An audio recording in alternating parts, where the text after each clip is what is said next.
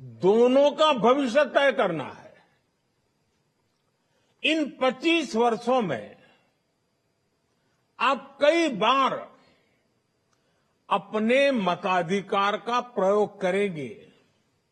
ऐसे में जिले, प्रदेश और देश के स्तर पर होने वाले सारे चुनावों में आपकी जिम्मेदारी सबसे बड़ी होगी। आज जब देश 2047 तक विकसित भारत बनने के लक्ष्य पर काम कर रहा है, तो आपका वोट ये तय करेगा कि भारत की दिशा क्या होगी।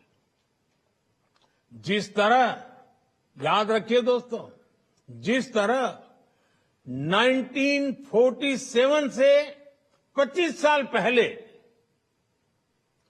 भारत के नौजवानों पर देश को स्वतंत्र कराने का दारोमदार था, उसी तरह 2047 के पहले के इन 25 सालों में आप पर विकसित भारत के निर्माण की जिम्मेदारी है। हमारे बीच जब भी स्वतंत्रता सेनानियों का नाम आता है, तो उनमें से अनेकों लोग ऐसे होते हैं जिनकी उम्र 18 से 25 साल के बीच ही थी। उनके नाम आज भी इतिहास के पन्नों में स्वर्ण अक्षरों में लिखे जाते हैं। आपके सामने भी एक ऐसा ही मौका है। विकसित भारत के अमृतकाल की गाथा में आपका नाम स्वर्णाक्षरों में कैसे लिखा जाए, ये आपको तय करना है। अगले कुछ सालों में हम space, defence, manufacturing, technology, innovation और ऐसे कई सेक्टर्स में कहां पहुंचेंगे, ये सब आप पर निर्भर होगा। हमारी गति, हमारी दिशा, हमारी अप्रोच कैसी होगी, ये सब आप तय करेंगे। और इसका एक बड़ा माध्यम मतदान ही होगा। भविष्य के भारत में आपके लिए संभावनाएं कैसी होगी, इसकी जिम्मेदारी उन लोगों पर होगी जो इस कालखंड में देश की व्यवस्था संभालेंगे। ऐसे में उन लोगों का सही चुनाव हो, ये जिम्मेदारी आप नौजवान मतदाताओं पर है। आपके लिए जरूरी है कि अगले भारत का भाग्य उज्जवल बनाने के लिए वोट दें। इसलिए याद रखिएगा, आपका एक वोट और देश के विकास की दिशा दोनों आपस में जुड़े हुए हैं। आपका एक वोट भारत को दुनिया की तीसरी सबसे बड़ी अर्थव्यवस्था बनाएगा।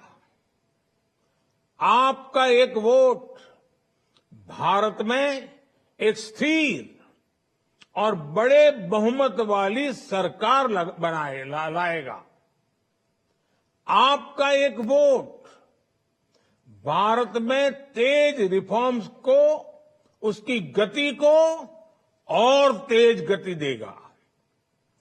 आपका एक वोट भारत में डिजिटल क्रांति को और ऊर्जा देगा। आपका एक वोट पहली भारतीय को अपने दम पर अंतरिक्ष में पहुंचाएगा। आपका एक वोट अंतरिक्ष में भारत का पहला स्पेस स्टेशन स्थापित करवाएगा। आपका एक वोट भारत में पहला पैसेंजर एयरक्राफ्ट बनवाएगा। आपका एक वोट दुनिया में भारत की साख और बढ़ाएगा। इसलिए आपके एक वोट में बहुत बड़ी ताकत है। साथियों, जब देश में पूर्ण बहुमत वाली सरकार होती है, जब देश में स्थिर सरकार होती है, तो देश बड़े फैसले लेता है, दशकों से लटकी हुई समस्याओं को सुलझाकर आगे बढ़ता है। आप देखिए, ये हमारी पूर्ण बहुमत की सरकार है, जिसमें जम्मू कश्मीर में आर्टिकल 370 हटाकर दशकों का इंतजार खत्म किया।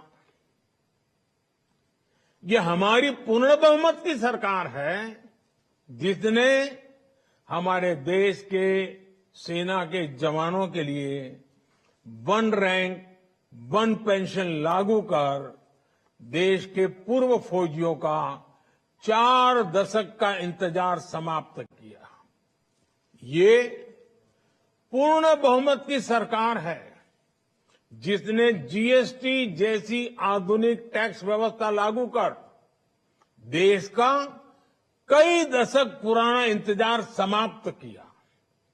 ये हमारी सरकार है, जिसने नारी शक्ति वंदन अधिनियम बनाकर देश की महिलाओं का बरसों पुराना इंतजार खत्म किया। ये हमारी सरकार है, जिसने 3 तलाक के खिलाफ कानून बनाकर मुस्लिम बहन बेटियों में इंसाफ की उम्मीद बढ़ाई। ये हमारी सरकार है, जिसने 3 दशकों के इंतजार के बाद नई राष्ट्रीय शिक्षा नीति लागू की। ये हमारी सरकार है, जिसने एससी, एसटी, ओबीसी का हित सुरक्षित रखते हुए भी गरीब युवाओं को 10% आरक्षण का प्रावधान किया। और ये हमारी सरकार है, जिसको अयोध्या में रामलला के विग्रह की प्राण प्रतिष्ठा का साक्षी होने का अवसर मिला है। जब देश में पूर्ण बहुमत की सरकार होती है, तो नीति में, निर्णयों में स्पष्टता होती है। इसका सीधा प्रभाव वैश्विक स्तर पर देश की साख पर भी पड़ता है। और साथियों, मैं बताता हूं, मैं जब दुनिया के बड़े बड़े दिग्गजों को मिलता हूं ना, बड़े बड़े नेताओं को मिलता हूं ना, दुनिया के कोई भी बड़े देश हो, जब मैं उनसे हाथ मिलाता हूं ना, तो अकेला मोदी हाथ नहीं मिलाता है। 140 करोड़ देशवासी मेरे साथ खड़े होते हैं।